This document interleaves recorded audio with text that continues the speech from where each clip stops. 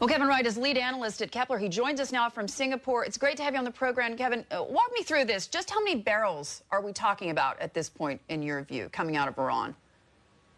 It's very good to join you, and it's a very interesting question, and it's a number that's in a little bit of flux at the moment. We certainly mentioned earlier in the report that I put together in the month around sort of 900-ish thousand barrels a day. We've revised that down slightly, probably to something closer to 700,000 barrels a day.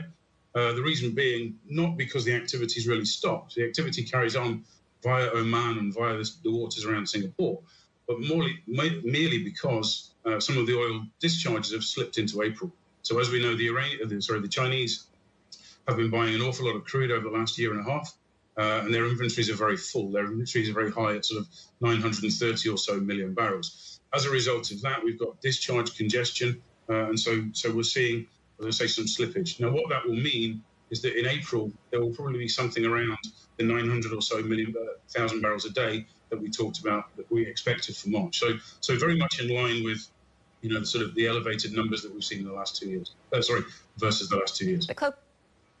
The cloak and dagger on this is fascinating to me, not just as someone who watches the energy markets very closely, but also the geopolitics of all of this as well. When you think about this against the backdrop of this Iran-China deal, a lot of speculation that the Iranians really are selling themselves short in terms of pricing for their crude.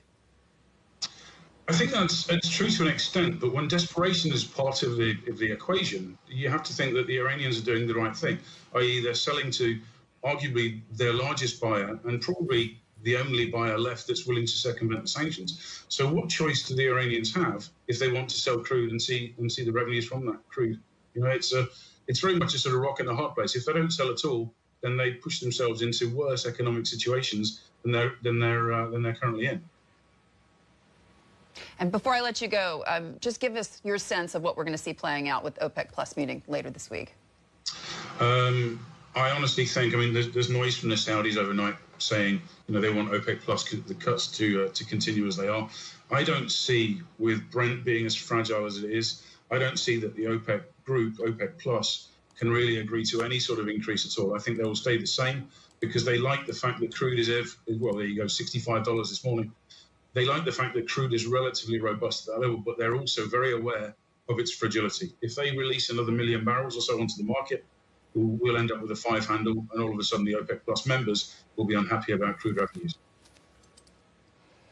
Gosh, sounds like a bad relationship, doesn't it? Fragility, desperation. Oof. Kevin, we're going to leave it there. Kevin Wright from Klpler, thanks so much for joining us. Well, coming up, opening calls and a countdown to the